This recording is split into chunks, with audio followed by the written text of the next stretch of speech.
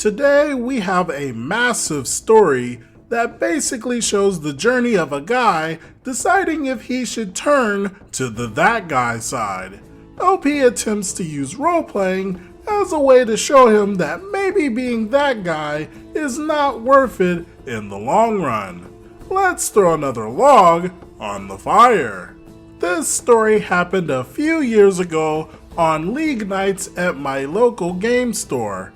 As it was League play, we had many people come and go from the table, but there were 4 people who every week showed, excluding the GM.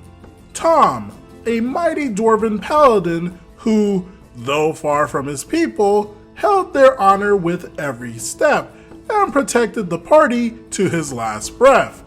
Bree, his in-real-life girlfriend, a quiet elven ranger with a panther companion.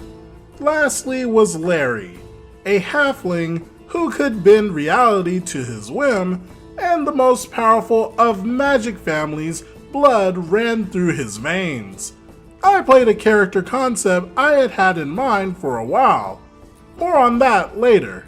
I had arrived early and with the aid of the GM was making my character. While Tom and Bree had never played D&D before, they had watched every episode of Critical Role and were excited to play. Larry had played before, and he let us know it. I am, and was at that time, no stranger to gaming, having played for years. Larry had played 5e twice, thus making him an expert in all things 5e. This was my first time playing 5e, and truthfully, I didn't care. It's a game, not a competition, right? That was until he double-checked my character sheet. You know, to make sure I was filling everything in the right way. As soon as he saw my class, he scoffed so loud everyone in the basement of the gaming store looked over at our table. "You're playing a monk?" "Yeah." "Monks isn't a real class. D&D is a fantasy game. What does Key have to do with dragons?" "Haven't you ever heard of Journey to the West or the Monkey King?" "Those don't count. They're not Western. It's not real fantasy unless it has dragons." "Tell that to BioWare or Kurosawa." The GM finally looked up from helping the others across the table. "Monk is a basic class. OP can play it." "They're only a class because Gygax thought Bruce Lee movies were cool." "And they're not?" I shot back with a smile. Larry just sighed, continued to look over my character sheet. "You're a half-elf? That's like the worst race for a monk." I wanted the charisma bonus. "Charisma? You're a monk! They need dex and wisdom. If you're gonna be a monk, you can at least be a good one. Look at this. Your background is entertainer. A good monk should have sage or hermit." This got the GM's attention.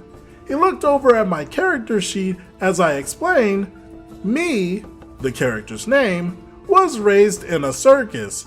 That's why her skills are performance, sense motive, bluff, persuasion, all skills entertainers need to be effective in their trade. "If you were in a circus, how'd you learn to be a monk?" Larry shot back. "Trapeze, tumbling, knife throwing, even clowning. There's a lot of opportunity to work on perfection of body as a physical performer. Then there's things like panhandling while the crowd is waiting to go in. You know, things like calligraphy, painting, other stuff that bring the body and soul together. Besides, Way of the Four Elements monk? Imagine doing trapeze while shooting fireballs. That would be awesome." Larry's eyes lit up hearing panhandling. What I meant was entertaining people waiting to enter into the circus in exchange for some coin thrown in a hat. Larry heard something else. "If you wanted to be a thief, then you should have played a rogue." After saying this, he looked smugly as if he had just won some great battle over my character's class. In celebration, he took a Cheeto and munched on it. I would never demean my tribe like that. I answered him back so coldly that it caused him to stop his celebration mid-crunch. My skills, my family's techniques, they are meant to entertain, to bring joy, a moment's reprieve from the reality of life, a moment of strength and laughter to those who had given up on it. We tell the stories of those long forgotten and sing songs of places that have never been. I am a gypsy, a troubadour, not a thief, not a rogue, not a simple backstabber or muscle in a fight. I'm a diplomat. I'm a historian, a reason to smile in the rain. That's why I won't use my swords to kill. What? Asked Tom in disbelief. These swords are family heirlooms. They're all meant to be a part of a dance celebrating life. We perform it when someone is born, or a wedding, even a funeral. To use them to kill, that is the greatest perversion I can think of. I'll knock someone or something out, but I will never use them to kill. Bree gave a smile and said, "That's cool." Larry wasn't as happy. He picked up my sheet, looked over it, and then threw it at me, leaving a nice Cheeto fingerprint on the top of the page. "You're gonna die, and I'm gonna laugh." I guess Larry and I got off on the wrong foot, but let's move on to the game itself. I won't go through a full list of Larry's particular playstyle, as it was over the course of a few months, but I will give some of the highlights. During the first session, when he was asked to describe himself, he was wearing a dark cloak over dark clothes, sitting in the corner of the tavern, only his eyes visible from his dark mask, carefully studying everyone in the room, figuring out the best ways to kill everyone. He wouldn't even name his character because "you only call me by the screams of my enemies when I burn them alive." Every time we went shopping, he would sneak away and look for the most expensive and valuable thing I can find and slip it into my cloak. He actually tried to kill a quest giver because he probably has the money on him. We could just kill him and take the gold without doing the quest. What does he matter anyway? He's just an NPC. At every town, he would look for a fighting pit or a mage to duel. When we faced a puzzle, his first action would be to hit it with a fire spell. When that didn't work, he would give up and say, "Obviously, this is a waste of time and doesn't even have an answer. The GM's just trying to trick us." It wasn't just NPCs that felt his edge.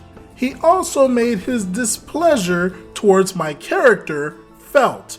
The first night we were together, I mentioned that I had 2 tents. "I'm not gonna share a tent with me." Larry said this loud enough that the table next to ours looked over. "Ew, why would I want to? You boys can have your own smelly tent. Bree and I can share if she wants." That night, I passed a note to the GM that caused dice to be rolled and a few more notes. When Larry saw this, he exploded. His character grabbed my bag and started to pour everything on the ground. "What are you doing?" "I saw those notes. You stole something from Bree." "No, I didn't."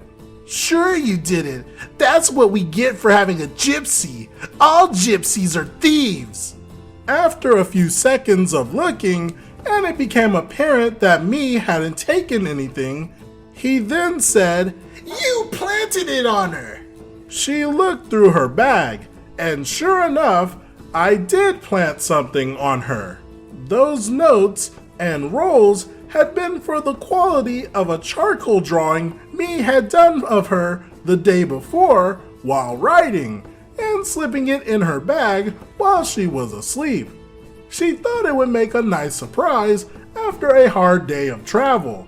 Larry got mad and broke Me's art supplies, saying, "That's just a waste of time." I asked her later, and Bree did say she liked it.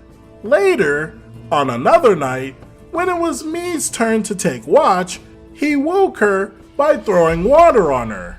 He once went so far as to end combat not using any of his spells. Instead, he just ran up to an opponent whose armor made him resistant to bludgeoning and said, "If Me doesn't use her swords and kill him, I'm gonna die." Thankfully, Bree was there to kill the enemy with an arrow before Me had to choose. The worst event I can remember was in one of the first sessions. The party had gone to a fair and there were some chickens running around. Tom blessed one, making it shiny. Me instantly fell in love and caught it. She named it Cluckers and it became her best friend. Think Mabel and Waddles from Gravity Falls. One night, Larry killed and ate Cluckers in front of me. When I complained, letting him know that that was crossing a line, all he said was, "Me won't do anything. She's too much of a wimp." I began to notice that this behavior was rubbing off on Tom. At first, he loved to roleplay, but as time went on, he became less and less involved.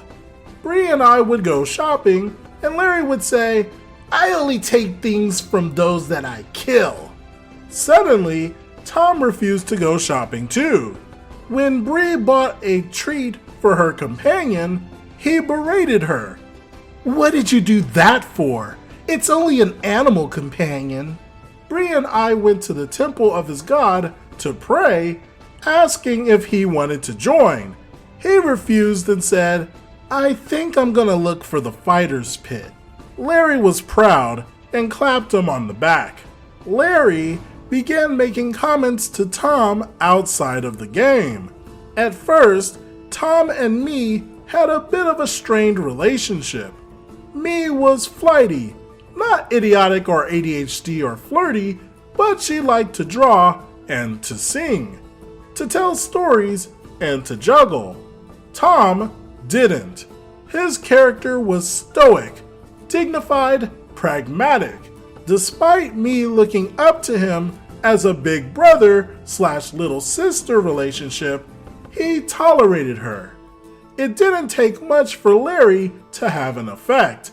I came in one day and heard Larry telling Tom, "You're a paladin and you're getting powerful. It's too bad you have to babysit me every fight." Keep in mind, I'm still a level 5 monk at this point. I put myself on the front lines of every fight. It was just instead of killing enemies, I knocked them out. Tom started complaining that Me was weak and how he always had to protect her, so he wasn't getting all the kills he should have. I wasn't just in a group with one murder hobo / edgelord. I was watching the birth of another.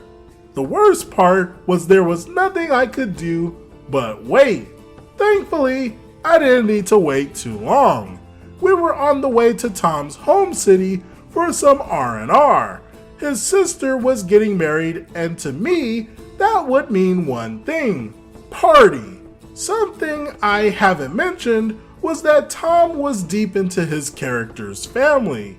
He had a notebook from the first session detailing every member of his character's family, both close and extended. Along the way, Tom broke out that notebook and began to regale us with the stories of his cousins and brothers. He told us how he couldn't wait to see his cousins or great uncle on his father's side twice removed again. The excitement in his eyes always reminded me of how he was in the first few sessions. At least until Larry started wondering how much XP his grandfather cleric was worth. I remember seeing Tom deflate, and neither Bree nor I could help him find that excitement again. We arrived at the hall and found that it had been attacked. Many members of Tom's family had been slain, more taken prisoner. Those who remained told us of how men wearing cloaks and armors of purple, each emblazoned with a holy symbol of fire, had attacked the hall, how their magics had destroyed the defenses, and how sharp their swords were. Even the temple, where Tom had grown up in, had listened to his grandfather's teachings, had heard his calling and became a paladin in, laid in rubble, desecrated, and unholied by the invaders' foul magics. Tom looked distraught. Bree rubbed his back. He was sitting there, looking at his notebook.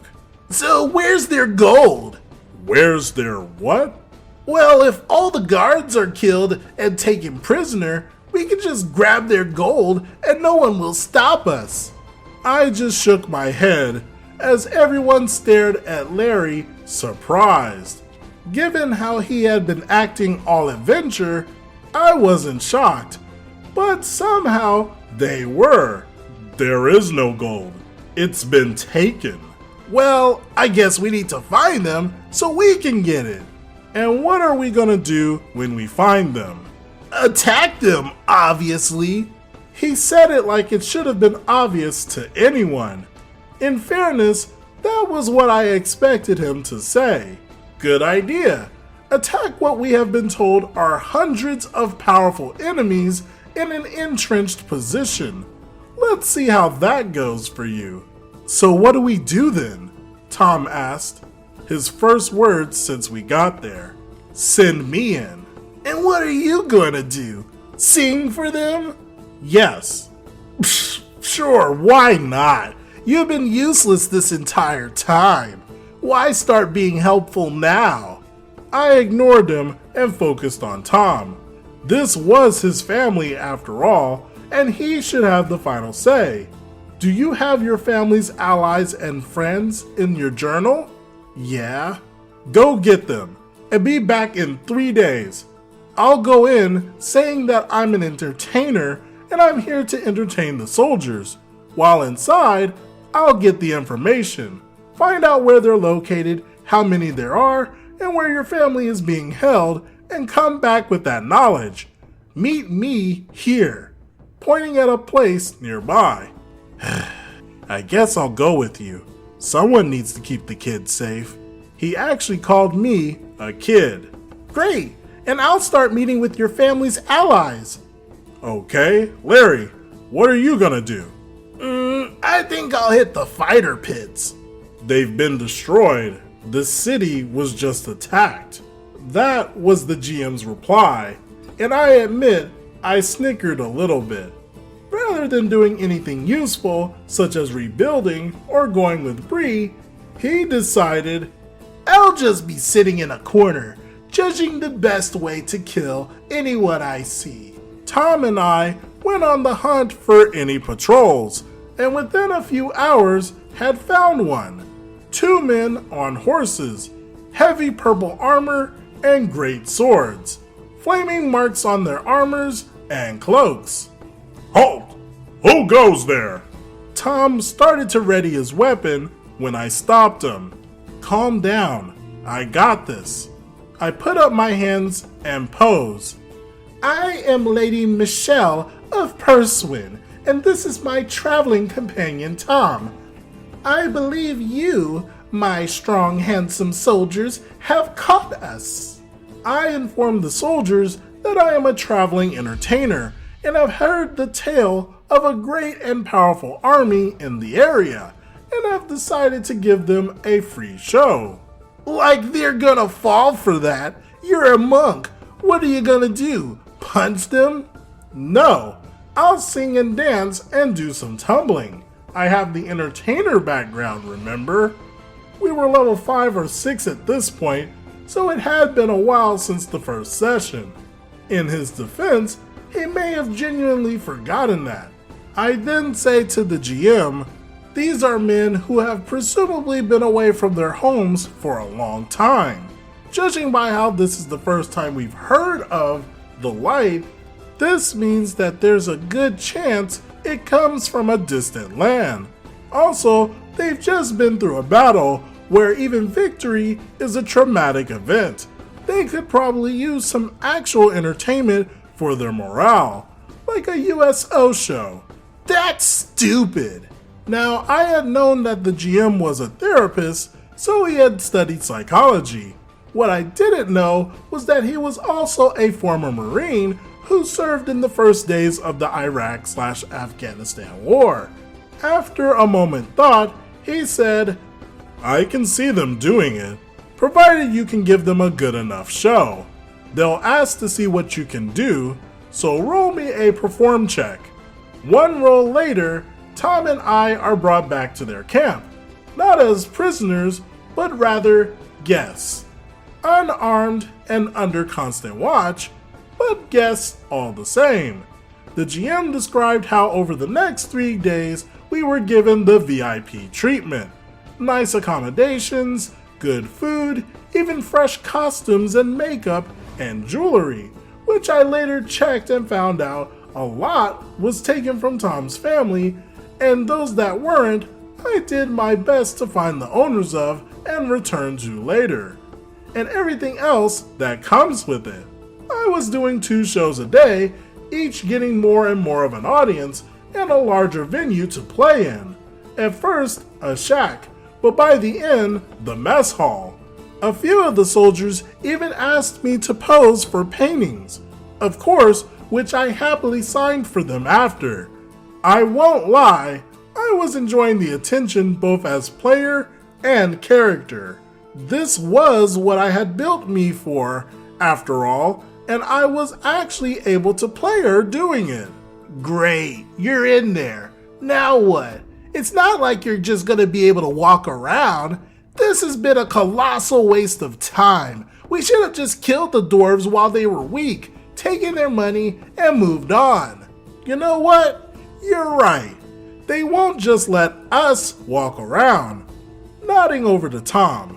But I'm sure Pete and Sean, 2 random names for soldiers that were guarding us, would be proud to show a beautiful half-elf on their arm, especially one who was becoming something of a celebrity around camp. And Tom, you're a fighter type. Why not ask to spar with them and get a feel for what kind of training they have and the weapons that they use? Pete and Sean were proud to show me off to everyone they could, and Tom got a great workout with the soldiers of the light, even if he did have to be asked not to be too rough with them on a few occasions. My escorts and his sparring partners were more than happy to answer any question they could. Through this, I learned about the layout of the camp, about their history, what the light was, customs, and all that good stuff. Tom learned about their martial traditions, how they trained, some of their feats of skill, and as a dwarf, he was interested about the metal of their weapons and armor. This is when we broke for the week. Larry just packed up and left, while Tom, Bree, and I stayed after and started making plans. Bree getting notes on those she's been able to meet so far, their names, and how many soldiers they could muster. Tom opening his book for the first time in weeks, asking about this person or that. He told her a few things she might want to keep in mind when talking with the leaders, and a few stories that she could share to prove that she was representing his clan and to get their trust better. It was good to see Tom returning back to his old self. It was like the first session all over again, only with Bree a bit more out of her shell and doing something important purely on her shoulders. In between sessions, the GM and I messaged on Facebook. I got some information about their homeland. During the game time, all he had really been able to say was something along the lines of, "You get some information." Just due to time constraints, I used this information to write some songs. I came in next week with them printed out and ready. When the session started, I was brought before a cleric and asked if I would swear myself to following the light. I thought about it and looked over what it was again. The light was about purity, purity of self, body, and mind, to spread that purity to others. I thought about it and realized that this doesn't interfere with my monk vows. What's more, purity wasn't defined. I could make it anything I wanted. Me's goal was to spread happiness in the darkest places. The GM warned me that there would be consequences if me said yes and didn't fully mean it. Larry leaned forward with his eyes shining. Goodbye, me. What do you mean? If you don't, you're gonna be exposed. If you do, you're gonna get smited. Either way, me is dead and Tom with her. I could see Tom starting to get worried. Nope, I'm a monk. Purity of body, soul, and mind is kind of a big deal to us. Plus, they don't define how to spread purity. I choose to do so with music and song, inspiring others to action. My class, background, and goal all let me make this pledge wholeheartedly. There was some laughter from everyone but Larry, and when they died down, Tom realized something. I'm a paladin. My purity is my faith. I'll take this vow too. With me reaffirming her class and ideal, and Tom's faith, the GM gave us both milestone levels. Larry choked on his Cheetos. I want a level 2! That's not fair! Well, you could have joined us. But I wanted to join the fighting pits. And you knew there were none. After all that, we were brought into the main courtyard where a big stage had been erected. Most of the soldiers were there, and the commander and his generals were in front. He had heard about the shows and wanted to see it for himself. That's why they made us swear this oath to the light. For that last show, I did my normal thing of telling the GM of what I was doing, and just rolling my perform for each act. But then, I also did something very special. I actually sang the song I had written over the last week, like legit in real life singing at the table. The commanding officer led a standing ovation and was so impressed by everything he had heard about us that he invited us to join him and his generals. Tom had taken the time to integrate himself among his men and learned how to fight like a warrior of the light should. I had entertained his men and had written a new song about his people and their quests. Despite being foreigners, we had both taken the time to learn about his people and their customs, and had even taken the vows to serve the light. He was so impressed by us that he sat Tom down on his right and me at his left. After the great feast, where we got to know him and his generals, me asked him if he would escort her around the camp. It was then I finally got to see what I was after. He showed me where the prisoners were kept, even letting her see them. He also told her why they had been taken. On the next full moon, they were to be sacrificed to the light. Though they were heathens, they would find redemption in the full light of the moon and thus be allowed to become one with it. That night, me used her drawing skills that Larry had decried as useless and drew out a detailed map of the camp. Tom and I working together to labeling guard positions, weapon caches, labeling every building, and then I gave the map to Tom to keep. When we left the next morning, we were told that we were going to be given 2 guards to protect us in these wild lands. The GM let us know that because I had actually written and sang a song, one of the volunteers was the son of the commander's right-hand general. We were also given horses, fresh food, and told we were always welcome back and invited to travel back with them to their homeland. It took about a day and a half travel before we arrived at the meeting point. Bree, already there with several representatives, from the clan's allies. After a short fight, both of our guards were killed. Tom cut off both of their heads. Well, you got your useless information, but you don't have anything to do with it. Yeah, we can. Oh yeah? What did me say?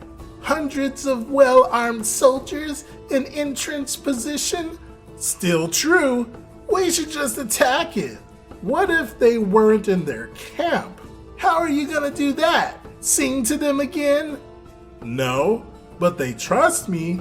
Bree, mark on the map where you think is the best spot for you to fight them. Mark where the forces you brought will be. Wait, what? Mark where you will place the army, and for the light's sake, put some cuffs on Tom. Cuff me? If I'm placed under a truth spell, I need to say you were taken prisoner. Bree, having marked the map, I tore that piece off and had someone tie their heads to my horse. Okay, now what? Line up. Line up? Yeah, think about it. We were ambushed. Tom was taken prisoner. The heads of their soldiers are tied to my horse. Do you think they would just let me walk away? I need to be hurt, and it can't be faked. None of this can be faked. Tom, you actually need to be taken prisoner, and I need to see it. This is a religious order. There are paladins there, clerics, so I need to actually run the gauntlet. And don't hold back. This could kill you, Tom said as his character was being put in shackles and led off. I know. What about the map? And the army? I can't hear about it. I can't hear about any preparations you make about where you marked. If I did, I may be compelled to tell them, but I do need to be able to say that I nearly died to get them the map of your movements and where you will be camped. Now line up. I need to run the gauntlet. Bree, finally beginning to understand, took her position at the front of the line. The GM described how everyone lined up, my character's friends, counting the players who had joined but weren't essential to the story. Again, this was still a league night. All began to attack me. They cursed her, spit on her. The GM made them roll wisdom saves to not hold back and had them describe what they did to her. There were a few misty eyes as people were forced to say and imagine how they tried to break her. This girl, who a few sessions previously would juggle and sing, would give them paintings and leave surprise treats in their bags. They were told how she looked as she was on the ground as they kicked her, described the breaking of her ribs, the crunch of her fingers, and I did my best to react as she did in character. With only a few hit points left, Mia was able to barely get her broken body onto her blood-smeared horse, the world pulsing and blind in one eye. Tom whispered to Bree, and she nodded. When Mia is a distance away, I take out my bow and aim carefully before shooting her, aiming for her shoulder. The GM was surprised, but then nodded and said, "Okay, roll the attack." Bree rolled a hit and then explained to me, "You need some damage that you didn't expect." I didn't pay much attention to the rest of the session. They made their plans for the battle, started to do things like set traps, locations to funnel enemies into kill zones, magical defenses, things like that. The druid worked to get some animals to join in. Trees were shaped. Archers and sniper locations planted. Just the planning of how to wage a large-scale battle and modify the terrain. I perked up when Larry was asking about what he wanted to add. I sit in the corner and figure out the best way to kill everyone. So nothing? Why should I? There's no gold in it for me. During the first half of the next session, they continued planning before finally feeling ready. The GM kept careful notes of their plans, and when asked, put in his opinion. Like I said, he was a Marine and had some expertise that the rest of us didn't. I guess I'll join you in battle then. Why? You haven't done anything to help set it up. You just said it was stupid and waste of time. Yeah, but now you're about to fight. So what? We gave you lots of chances to help, and you kept saying no. Tell you what, if you can say one part of the plan, we'll let you in. You're gonna... Yeah, that's what I thought. Keep doing what you were doing, and plot how to kill everyone. That's all you're good for. Not going to lie, I was surprised when he said that. Surprised and happy. I had spent weeks worrying about him becoming a murder hobo, and here he was yelling at one for being one. I didn't say anything, but still.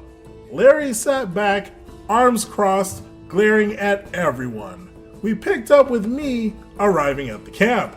Quickly, she was rushed into the infirmary.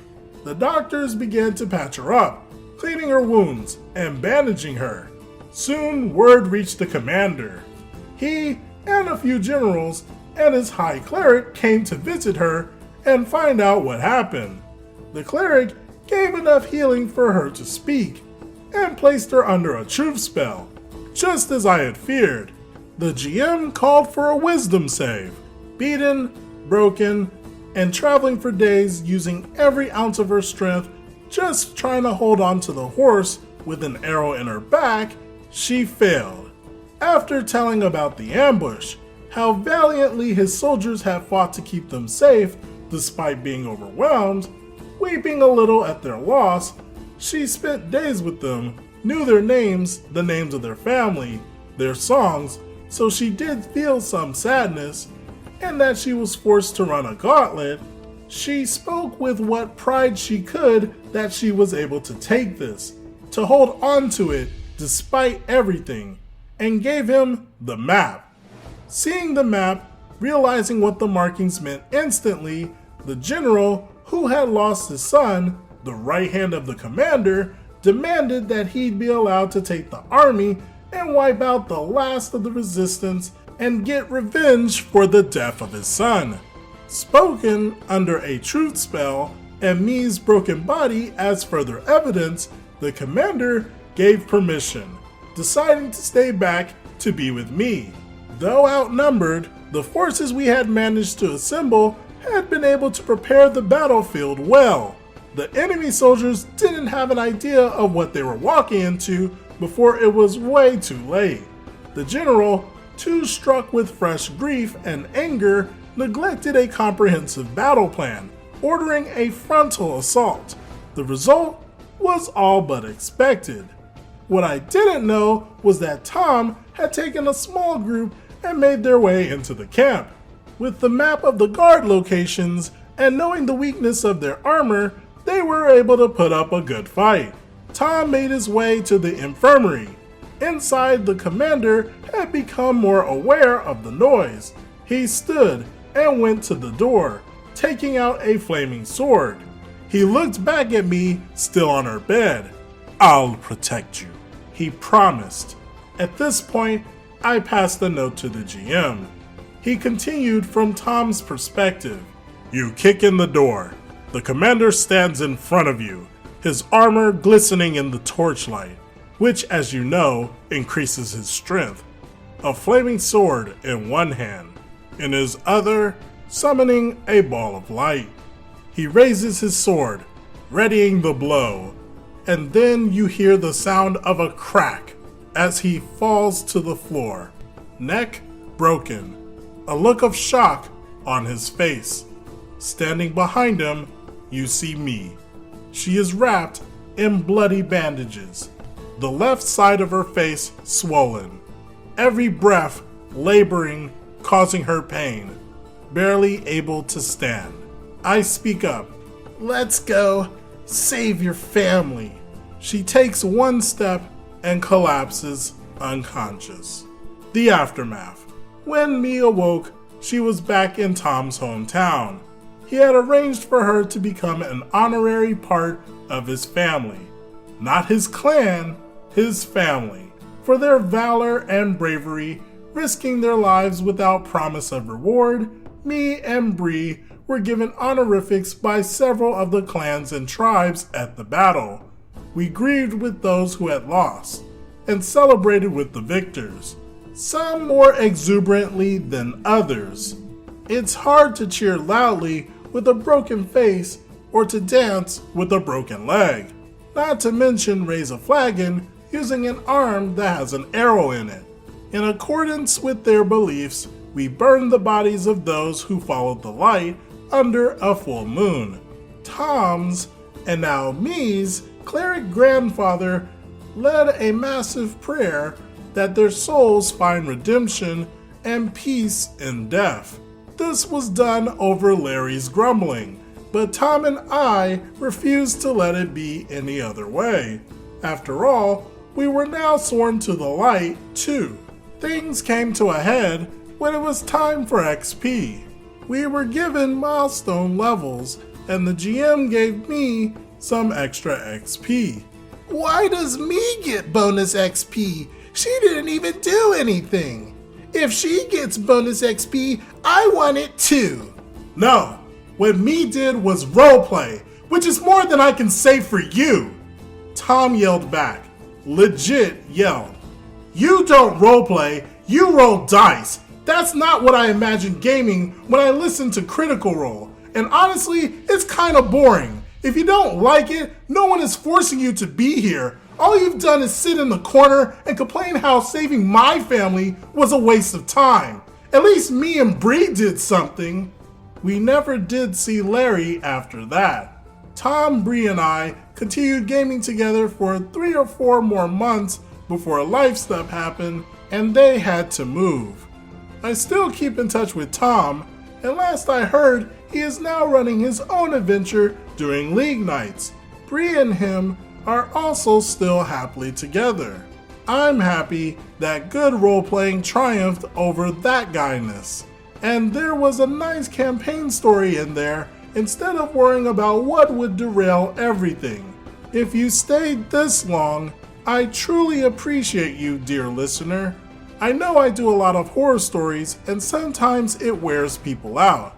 I'm truly glad that someone posted this story in the Discord, and I hope that if you have any glory stories of your own, feel free to let me know in the Discord as well. In the meantime, I will keep searching for some breaths of light in the darkness.